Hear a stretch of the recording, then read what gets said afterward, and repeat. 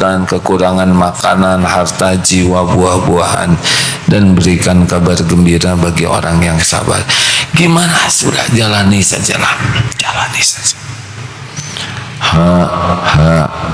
Apa? Hadapi, hayati ini, jalani sajalah, alir saja. Sudah diukur kok semuanya oleh Allah. Benar ada pahitnya, ada beratnya, mungkin fisik teraniaya, mungkin batin teraniaya, mungkin harta habis. Udah, jalanin saja, ngalir saja. Sing ridho, terima, emang ini bagiannya sekarang. Bangkrut, ketipu, ini baru mendengar ada seseorang yang pimpinan perusahaan pensiun terus bikin usaha sendiri, habis harta sehabis-habisnya. Ya begitulah, kalau sudah diambil oleh Allah ya habis. Gimana dong, rumah harus dijual? Kalau harus dijual, jual. Motor harus dijual, jual. Ikut saja ya, dengan baik sangka kepada Allah, ngalir. Saya lihat sebuah tayangan waktu Amerika menangkapi orang sesukanya, mau dibawa ke Guantanamo, tempat penjara yang ya begitulah. Ini ada tahanan yang ditutup matanya, enggak bertanya mau dibawa kemana, mau diapain. Pertanyaannya sederhana, sudah waktu sholat belum? Itu aja yang ada dalam pikirannya, sholat. Sampai yang sebelahnya ini suatu saat dilepaskan cerita, ini orang ini nggak peduli mau diapain oleh Allah, yang penting dia bisa sholat, bisa zikir. Karena tahu semua cobaan itu terjadi dengan izin Allah, semua cobaan sudah diukur oleh Allah, semua cobaan itu pasti ada kebaikan di sana. Gitu. Berapa banyak yang di Palestina rumahnya hancur? Ya sudah hancur, ya sudah waktunya hancur. Memang saya diberi waktu sampai kemana? Nanti gimana? Ya nanti juga Allahnya sama. Yang dulu yang ngasih rezeki Allah, sekarang yang ngasih rezeki adalah Allah. Tapi ini nggak ada makanan sama sekali. Ya Allah juga sudah tahu kita nggak ada makanan. Kalau ada umur pasti ada rezekinya. Tapi ini berat sekali, nggak ada dokter, nggak ada obat-obatan. Ya Allah juga sudah sangat tahu seperti apa keadaannya. Tidak ada yang di luar pengetahuan Allah, tidak ada yang di luar kekuasaan Allah. Ini memang ujiannya begini. Anak meninggal, ya sudah waktunya pulang, lebih aman di sisi Allah. Tidak akan menderita, tidak akan kelaparan, tidak akan kesakitan. Tuh begitu hadirin, mengalir. Dengar-dengar hari Ahad besok, sekarang hari apa? Kamis, Jumat, Sabtu, katanya akan ada gencatan senjata di Palestina. Ya semua dengan izin Allah, tidak ada yang tidak diukur oleh Allah. La yukallifullahu nafsan illa wus'aha. Jadi nanti kalau lagi itu ikut saja. Itu rahasianya kalau mana. Ikut ke takdir Allah. Kita ikhtiar, kita berobat. Kita berobat. Seperti Siti Hajar, Sofa Marwah, Sofa Marwah. Tapi hati ikut. Ya Rabb, Engkau tahu keadaan kami, Engkau tahu kami tidak punya minum, tidak punya makan. Ismail bayi ciptaanmu, kurang lebih seperti itulah ya. Tetap jalan ke atas, syariat sempurnakan, tapi tidak ada komplain kepada perbuatan Allah. Ini sabar, ridho ke takdir, ikhtiar, sempurnakan, tapi hati ya semua ada yang ngatur, semua udah diukur, semua ada pahalanya, semua ada penggugur dosanya, gitu. Dengar-dengar ada yang dipenjara dulu di salah satu penjara di Zolim juga begitu. Ibu-ibu mujahidah dimasukkan seorang tahanan untuk menodai. Ibu ini daiyah. Lalu ketika lelaki itu datang, wahai Allah yang maha menatap, Engkau saksikan setiap waktu tubuh ini dibasuh air wudhu, saya tutup aurat sesuai dengan perintahmu, saya tidak menyentuh yang tidak Engkau halalkan. Engkau maha melihat, akankah Engkau rela hambamu ini dinodai? Itu katanya lelaki yang itu, dia juga setengah hati, ini prajurit juga di tempat itu. Saya baca bukunya. Terus wanita ini bertanya, punya ibu nak? Punya. Engkau rela kalau ibumu dinodai? Langsung terduduk, tidak berani apa-apa, sampai ditarik oleh, ya mungkin diberi sanksi karena tidak mau melakukan tugas. Tapi hakikatnya Allah yang melindungi. Termasuk yang dimasukkan anjing lapar, tapi ketika dilihat ternyata anjingnya bukannya menggigit, malah duduk saja di sebelah orang yang harus digigit yang sedang sholat. Anjing bertasbih kepada Allah, anjing ciptaan Allah. Nah, Allah melihat hambanya bersujud, Allah pemilik semua kejadian. Makanya kalau sedang diuji, terima, ikut saja, ngalir, doa yang banyak. Pasti ada gejolak, tapi ikutlah ya. Minta pertolongan Allah, tapi jangan komplain. Jangan ada ketidakridhoan kepada takdir.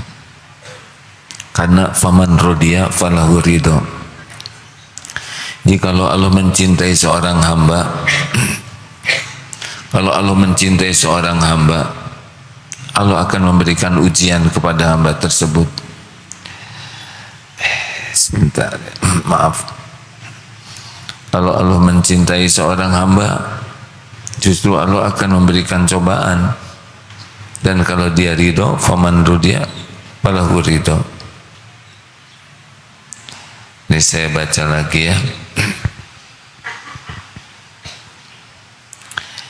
Inna ujmal jazai wa ujmil balai, sesungguhnya besarnya pahala balasan dari Allah sesuai dengan besarnya bala ujian yang menimpa. Wa innallaha idza ahabba qauman, dan sungguh jika Allah mencintai sesuatu kaum, ibtalahum, Allah memberikan ujian kepada mereka. Faman rodiya, barang siapa yang ridho menerima apa yang Allah lakukan kepada diri kita, falahu ridho, maka Allah pun akan ridho kepadanya. Waman sakhita falahu sakhatu, dan barang siapa yang tidak ridho, murka, marah ke Allah, maka Allah pun murka kepadanya. Hadis riwayat Ibnu Majah. Dan ini dikatakan oleh Syekh Muhammad Nasiruddin bahwa sebuah cobaan bisa menjadi suatu kebaikan dan menjadikan orang yang tertimpa dengan musibah itu menjadi orang yang dicintai Allah bila ia sabar menghadapi cobaan tersebut dan menerima semua ketentuan Allah yang telah ditakdirkan kepadanya. Ini di sini beratnya tuh ya. Kita sering tidak terima, padahal pasti baik. Ketipu, saya bukan ngedoain kita ketipu ya. Ketipu, sakit, bangkrut, hal-hal yang tidak suka itu pasti di sana ada kebaikan. bahkan sampai terbunuh sekalipun, kalau kita di jalan Allah memang sudah waktunya meninggal. Yang penting kita yakin ini terjadi, ma asaba min musibatin illa biidznillah. Ini terjadi dengan izin Allah. Tidak ada kejadian yang bisa menimpa kita tanpa izin Allah, baik nikmat maupun musibah. Walaupun nyamuk menggigit, walaupun jatuh rambut, semuanya hanya bisa terjadi biiznillah. Kita dihina, ditipu, difitnah, apapun hanya bisa terjadi biiznillah.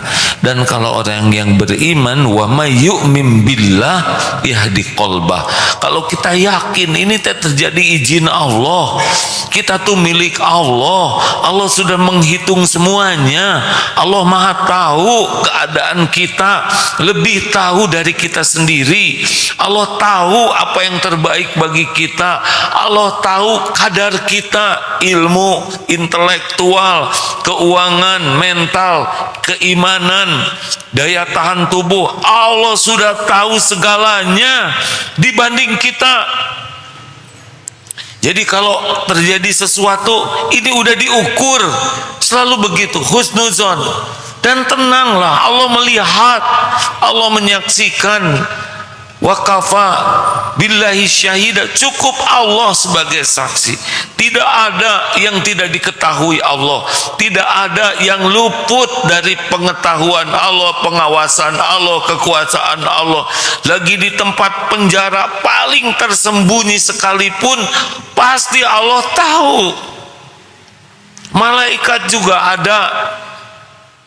Ini harus sampai ke sana. Kalau enggak kita akan merasa sendirian.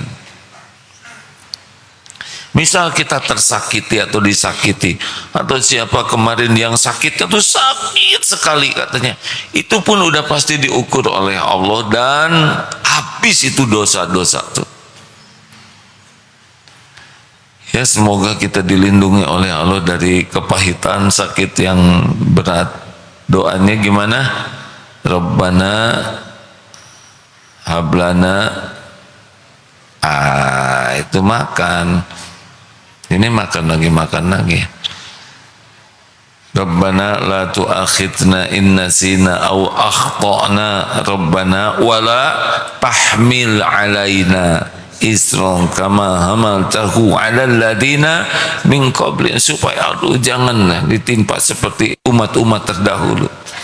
Rabbana wala tuhammilna ma la taqata lana bih wa'fu anna waghfir lana warhamna anta maulana fangsurna 'alal qaumil kafirin. Itu doa itu harus dibaca terus itu, supaya kita bisa menghadapi cobaan. Jadi kita tidak pernah sendirian. Tidak ada kejadian yang di luar pengetahuan Allah. Wa huwa ma'akum aynama kuntum wallahu bima ta'maluna basyir. Dan dia, Allah, bersamamu dimanapun kau berada, dan Allah maha melihat apapun yang kau kerjakan. Jadi kita dalam sulit, dililit utang, difitnah, atau di tempat yang terancam, nggak ada yang di luar pengetahuan Allah. Maaf ya, seperti keadaan saudara kita di Palestina yang sangat lapar, ibu yang gendong anak, semuanya disaksikan Allah.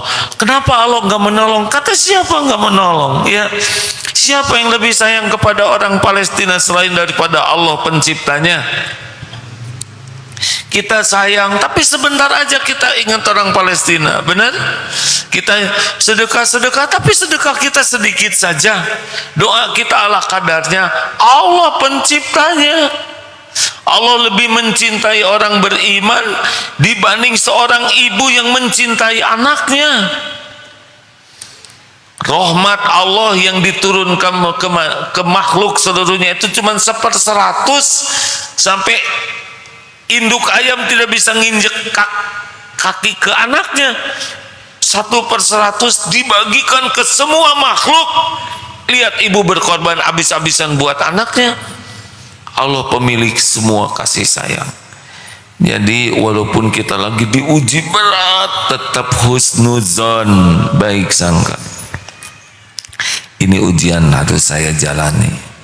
Ini ujian sudah diukur. Ini Allah mengetahui pedihnya hati, lukanya, sakitnya, habisnya, laparnya, berguncangnya, takutnya. Tidak ada yang tidak diketahui oleh Allah. Wa huwa alimun bidati sudur.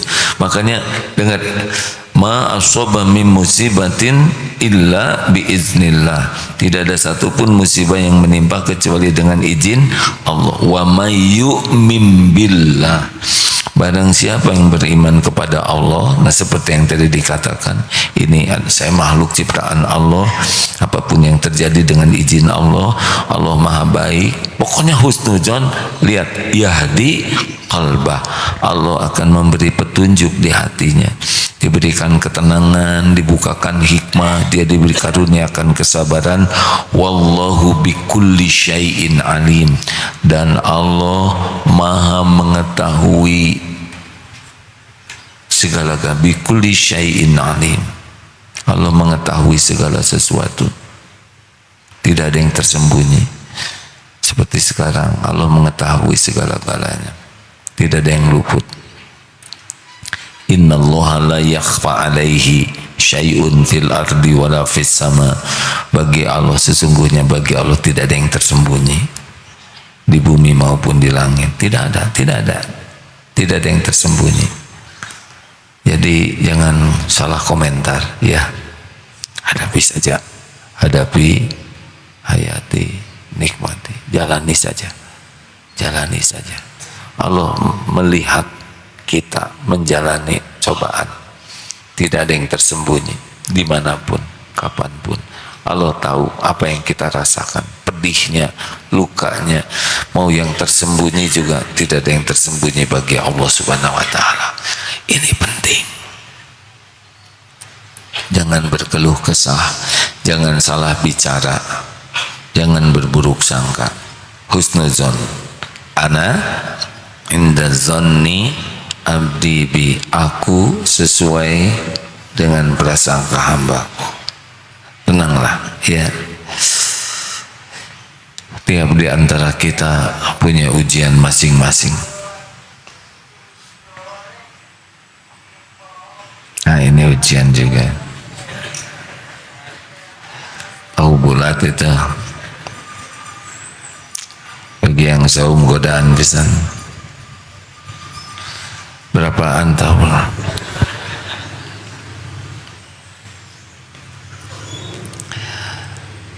Enak.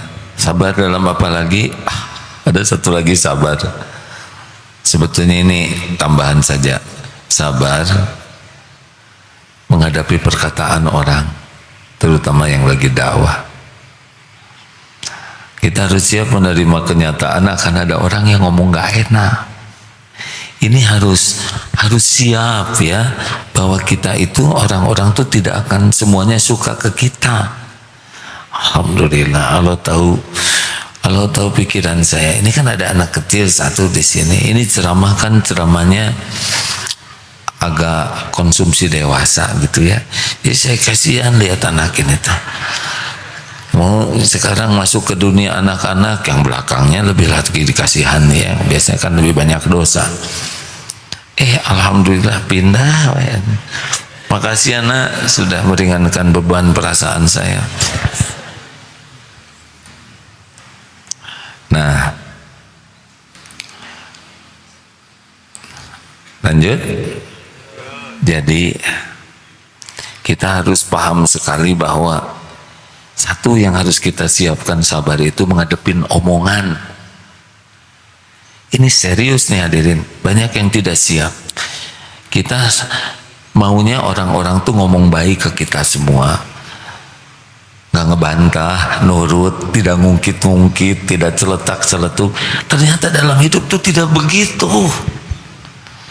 Akan ada yang nyebut mungkin ya monyet, kata-katanya kasar, menyakitkan, membuka aib, mempermalukan, ngungkit-ngungkit, ya kan, mengejek, menghina, ngilang-ngilangin kebaikan.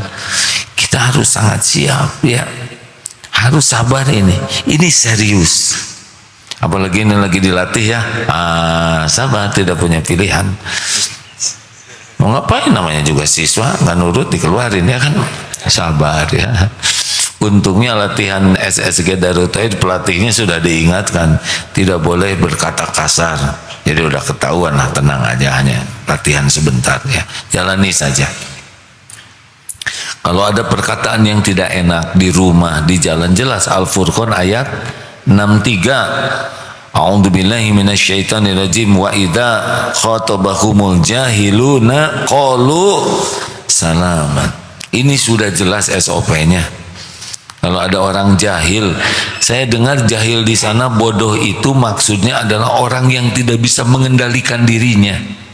Nah itu bisa siapa saja, bisa istri, bisa suami, bisa orang tua, bisa orang kantor, atasan, bisa orang di jalan yang nggak kita kenal. Kita harus siap. Bagaimana caranya? Ketika ada orang ngomong tidak enak, langsung ingat At-Taghabun ayat 11, ini izin Allah.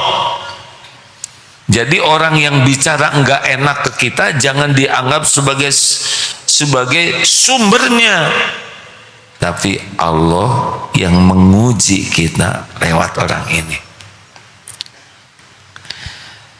Mungkin ada yang istrinya ya, Allah menguji suami lewat istrinya.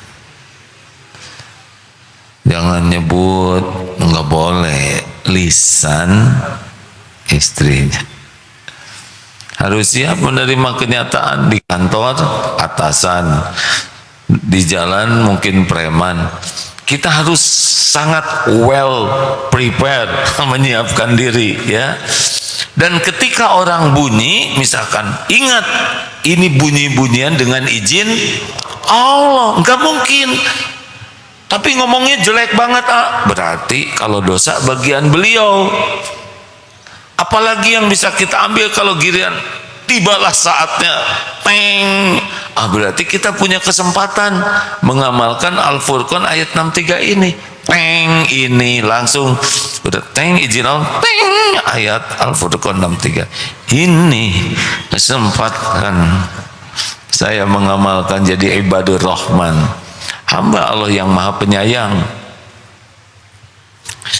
Gini rumusnya ya, pokoknya kalau sedang diomelin jangan menganggap omelan itu sedang melukai kita, jangan. Tapi sedang diuji oleh Allah, kita sedang digugurkan dosa, kita sedang dilatih sabar, kita sedang dikasih pahala sabar. Jadi jatuhnya seperti sparring partner waktu tinju, ya kan? Tahu tidak? Nggak pernah nonton ya. Itu semua petinju tuh bayar sparring partner supaya ada latihannya. Dan nggak mungkin diam aja. Namanya samsak kalau itu. Dia mukul. Nah, memang agak sedih kalau yang dijadikan sparringnya orang terdekat dengan kita ya. Tenang, tidak bahaya, tidak bahaya. Nggak usah tergiur ngejawab. Tidak usah tergiur untuk berbantah-bantahan, enggak, jangan. Ketika wek, misalkan bukan wek, itu kucing. Neng, beruk. Gimana sih Bu? Contohin Bu.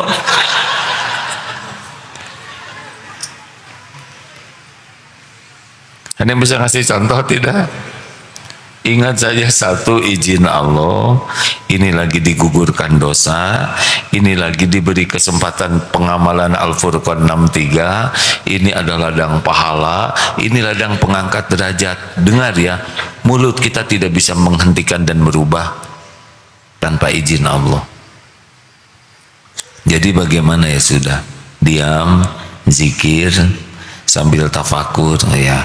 Kalau omongannya benar berarti ini pemberitahuan dari Allah. Ayo dong jadi lelaki tuh, masa nggak sholat di rumah terus Pak? Saya tuh udah berkata tuh sekuat tenaga lembut, tapi Papa nggak dengar aja. Saya tuh nggak suka banyak ngomong kayak gini, sambil ngomong terus ya.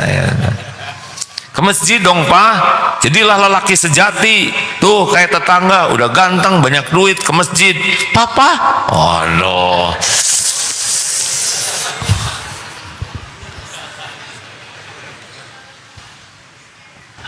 Sabar. Saya niru sinetron aja ya. Sabar. Juga sebaliknya ya. Tenang saja, dengar baik-baik. Ingat Allah lagi menyaksikan episode ini. Kalau kita sabar, zikir, apa wiridnya? Apa coba?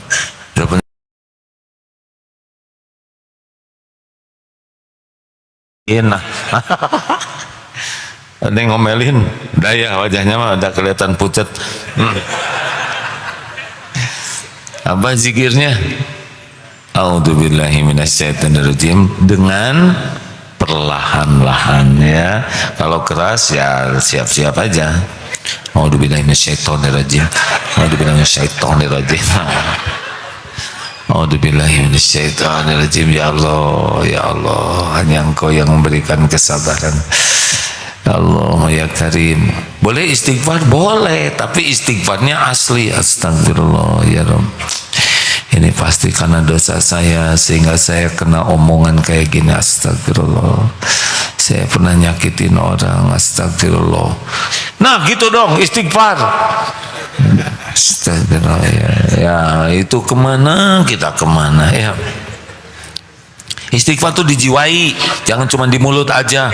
Oh ini ada di Allah, ini kan benar ya kan? Iya ya. Jawab dong, jangan diam aja. Saya sedang berusaha menyimak dengan baik. Jangan sekali-kali berbantah-bantahan ya. Karena kalau lagi marah berbantah-bantahan, yang gembira tuh setan. Jatuhnya saling menyakiti. Tenang saja, kalau kita tenang, Allah suka. Cut. Pakai suara semua nih. Tinggal dikempesin oleh Allah emosinya. Allah yang bisa merendahkan.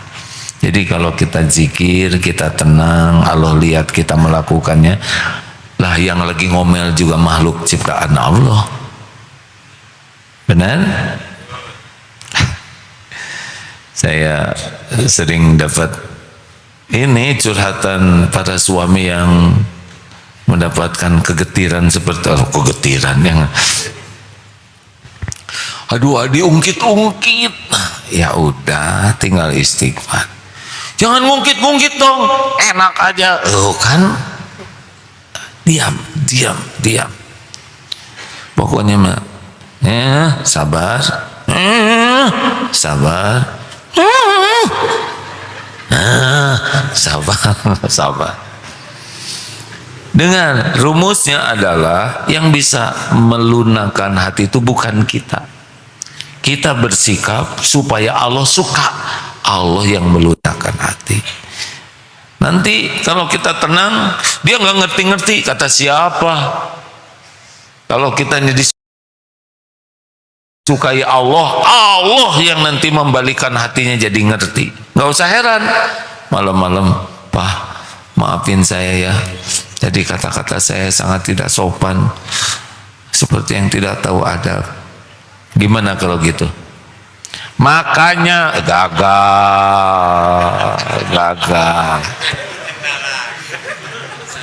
Udah dibela oleh Allah. Makanya papa dari dulu susah solehnya. Jadi kalau minta maaf, memang salah saya. Tidak semestinya saya begitu. Tapi kata-kata saya nggak apa-apa gitu. Nanti itu karena dosa saya. Aduh, begitulah adanya. Pokoknya mah ingat, kita tidak bisa membulak-balik hati. Kita lakukan apa yang Allah sukai karena Allah yang bisa menyelesaikan masalah. Berdebat itu hanya bikin saling menyakiti. Nanti kita ngebongkar aib, ngungkit, udah mau apa saling menyakiti. Benar? Lelaki dengar tidak? Tenang, jalanilah hidup ini dengan salah satunya kemampuan. Gimana? Oh kalau atasan saya marah-marah gini ya, tapi Duh, takut di ini kalau marahnya pakai telepon. Ini hanya sebuah nasihat yang orang nasehatin tapi saya nggak pernah melakukannya ya. Jauhkan teleponnya. Udah gitu, bos maaf putus-putus, mohon diulangi. Nah, pasti diam ya kan, lalu besok nggak boleh ngantor. jangan. Jadi salah satu kesabaran yang harus kita miliki adalah terlatih. Ada juga yang mengatakan gini, kalau orang marah, kalau orang terdekat marah, itu jangan ingat kata-katanya, nggak boleh dimasukin ke hati, nggak ada gunanya. Tapi dia ngomong saya pentil, kita pentil bukan ya.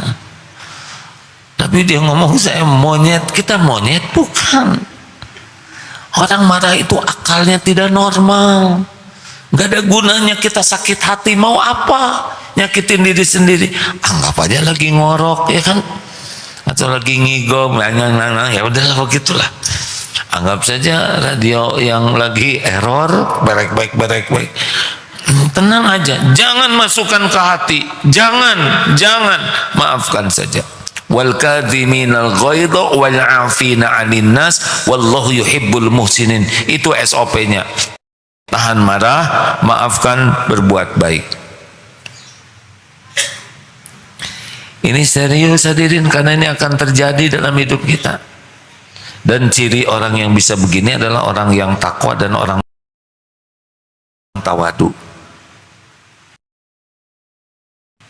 Jangan sibuk membalas, pembantah, berdebat.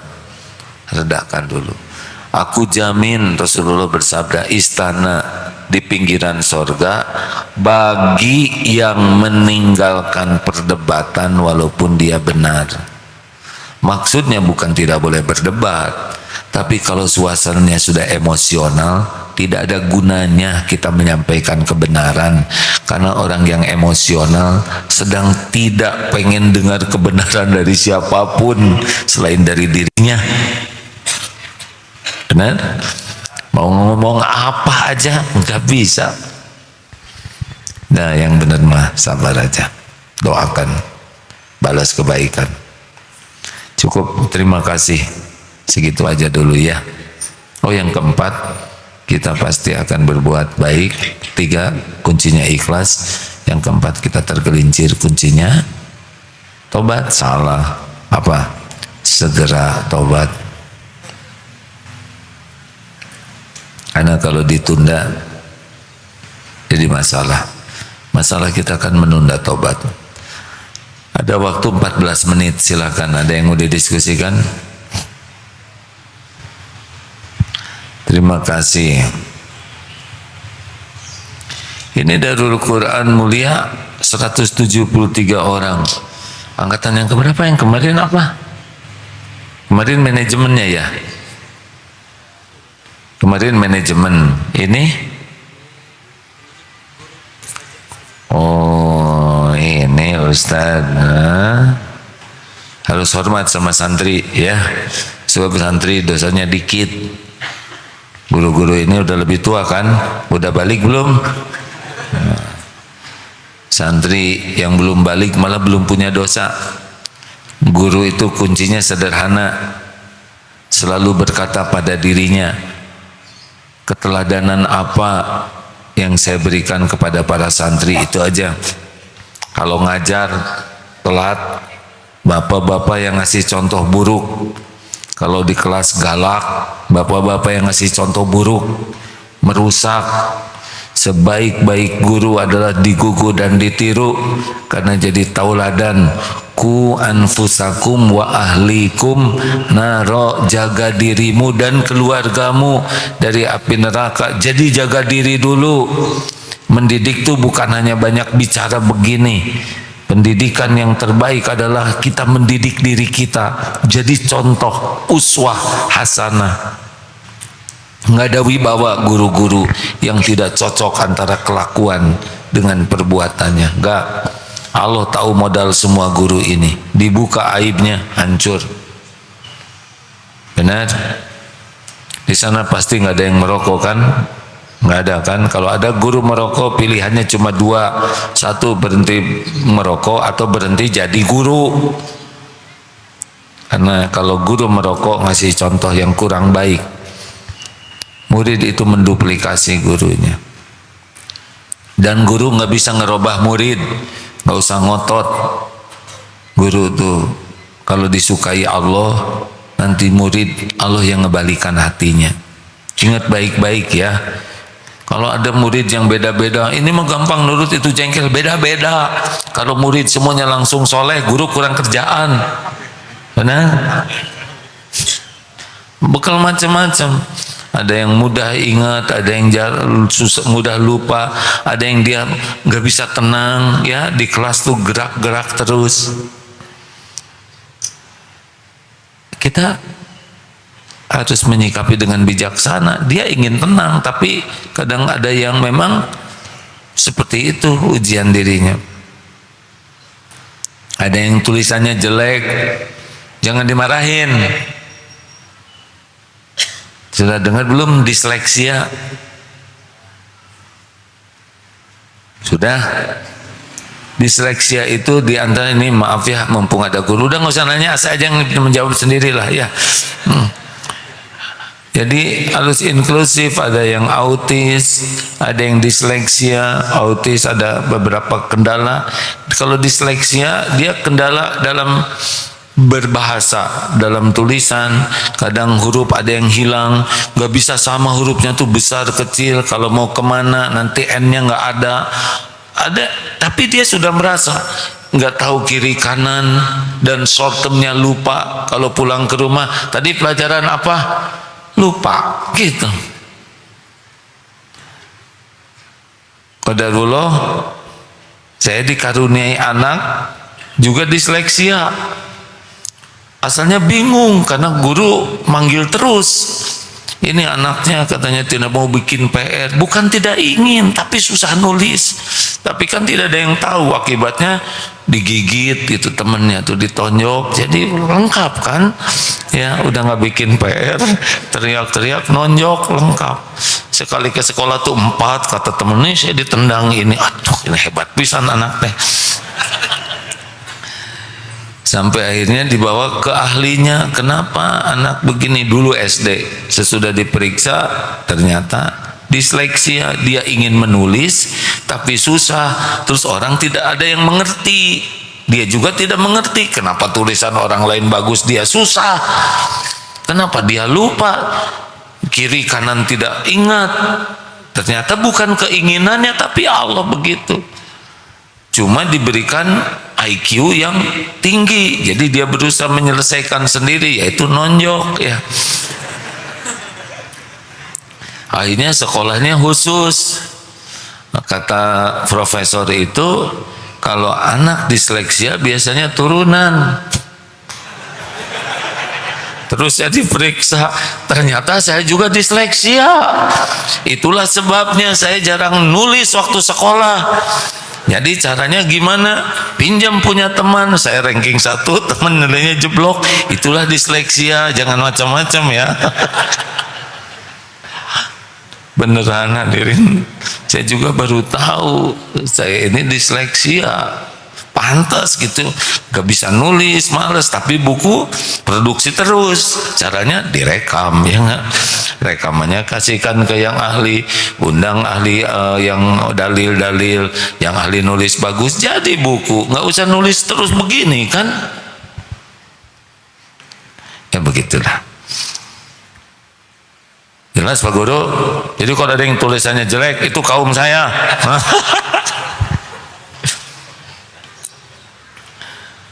Jadi kalau parkir juga, aduh lupa parkir di mana.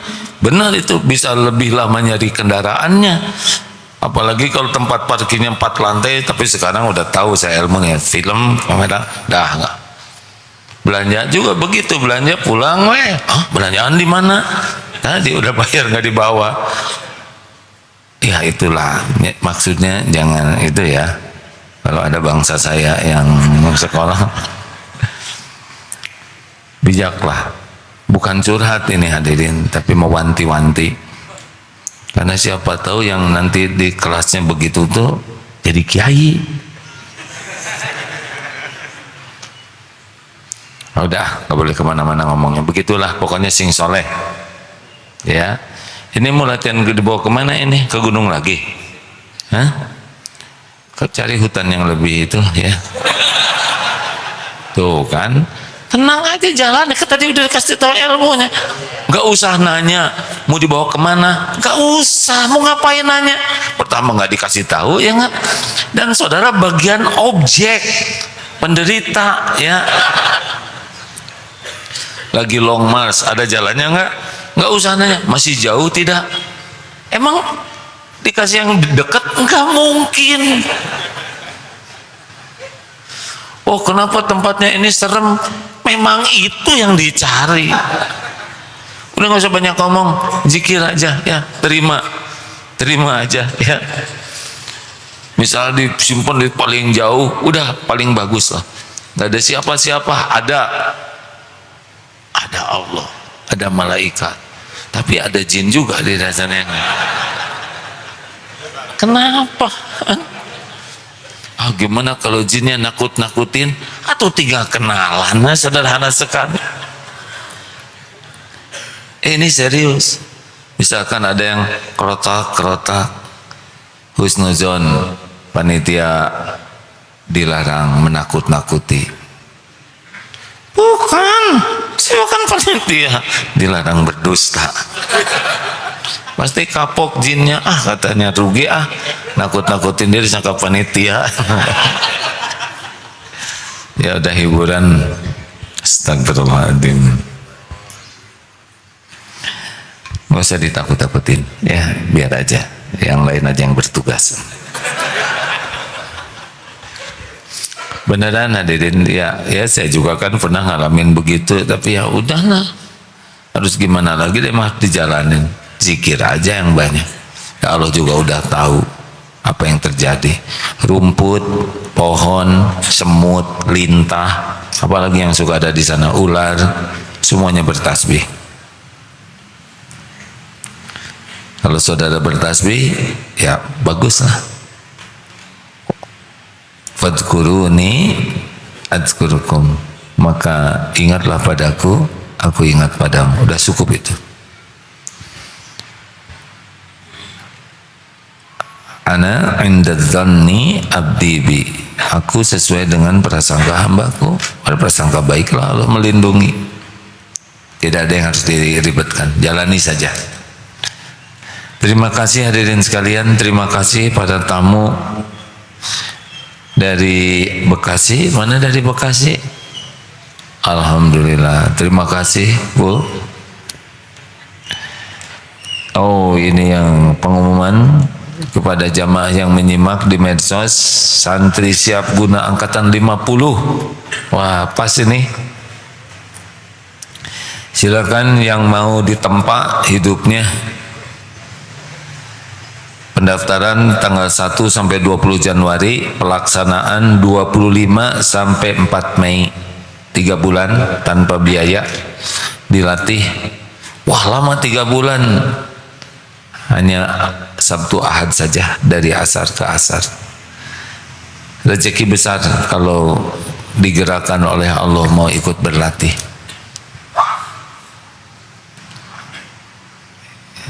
Itu teh bersin atau batuk? Bersin ya? Ya, udah, alhamdulillah. Yarhamukallah. Memang suka variasi. Sehat sekuat tenaga nahan Pak Ujang ya, rasa aneh bersinnya gitu. Tapi ya sudahlah, sudah selesai masalahnya ya kan. Terima kasih rekan-rekan sekalian. Belajar 4 hal: syukur, sabar, ikhlas, dan tobat. Insya Allah mudah-mudahan ada umur nanti malam kita membahas keutamaan tobat ya. Kalau dulu kan ada Rasulullah, tapi sekarang Rasulullah tidak ada, tapi azab tidak akan ditimpakan kepada orang yang istighfar. Allahumma sholli ala sayyidina Muhammad wa ala alihi wa ashabihi ajma'in. Alhamdulillahirabbil alamin. Alhamdulillah ya Allah, wahai yang maha menatap, maha mendengar. Ya Allah, ampuni kami. Engkau tahu kami jarang sekali bersyukur, padahal limpahan karuniamu melimpah setiap saat. Ampuni ya Allah, kami jarang merasa semua ini karuniamu. Kami jarang memujimu. Ampuni ya Allah, betapa banyak karunia yang engkau berikan, kami gunakan untuk berbuat maksiat. Mata, pikiran, lisan, tubuh ini, jangan engkau ambil karunia ini ya Allah, melainkan mampukan kami jadi ahli syukur. Allahumma a'inna ala zikrika wa syukrika wa husni ibadatik. Ya Allah, ampuni kami jarang bersabar ketika ujian engkau berikan, padahal semua perbuatanmu pasti baik. Ampuni kami sering berburuk sangka kepadamu, sering tidak ridho dengan takdirmu, sering kecewa dengan ketentuanmu, padahal apapun yang engkau takdirkan bagi kami pastilah yang terbaik. Bukakan hati ini ya Allah, agar selalu ridho, selalu berbaik sangka kepadamu, selalu bahagia dengan apapun yang engkau takdirkan. Bimbing kami agar bisa sempurnakan ikhtiar jadi ahli sabar. Ya Allah, ampuni selama ini jarang sekali kami beramal ikhlas. Hampir sebagian besar amal kami hanya ingin dipuji makhlukmu, hanya ingin balasan dari hamba-Mu. Ampuni semua ketidakikhlasan ini. Allahumma inna na'udzubika min an nusyrika bika syai'an na'lamu wa nastaghfiruka lima la na'lamu. Ampuni ya Allah, kami berlindung kepadamu dari segala kemusyrikan, menyekutukan engkau dengan apa-apa yang kami tahu, dan kami mohon ampunanmu dari apa-apa yang tiada kami tahu.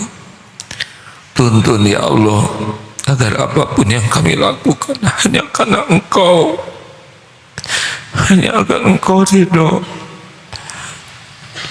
Puaskan hati ini hanya dengan keriduanmu. Allahumma inna nas'aluka ridhoka wal jannah wa na'udzubika min sakhatika wan nar. Ya Allah, ampuni semua dosa yang kami lakukan sepanjang hidup ini. Engkau sudah menyaksikan semuanya. Dosa yang terang-terangan, dosa yang sembunyi-sembunyi kami lakukan, dosa yang berulang-ulang, dosa yang kami tahu itu dosa tapi tetap kami melakukannya. Astagfirullah.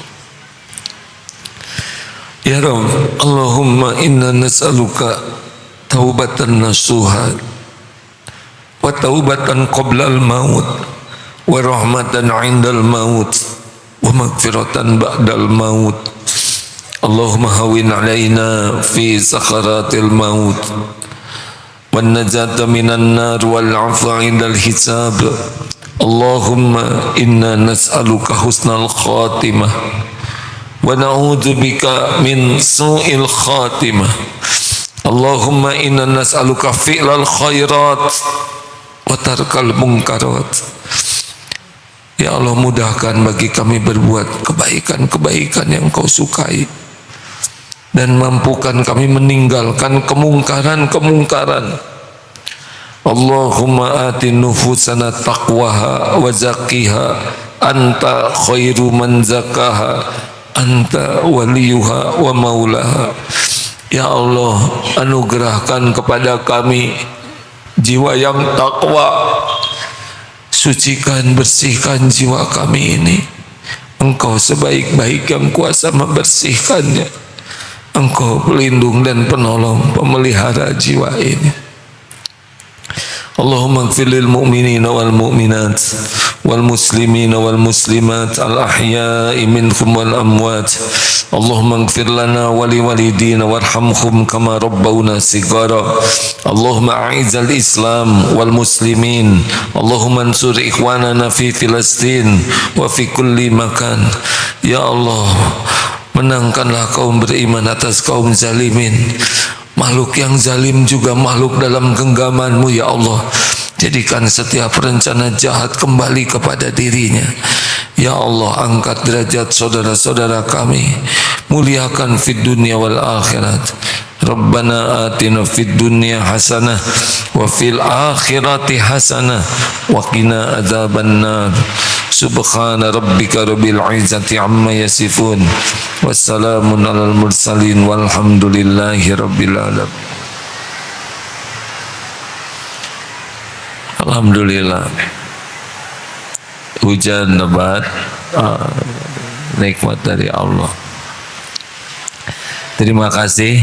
Subhanakallahumma bihamdik, asyhadu an la ilaha illa ant, astaghfiruka wa atubu ilaik. Assalamualaikum warahmatullahi wabarakatuh. Ini ada dari mana? Oh, SD kelas 6.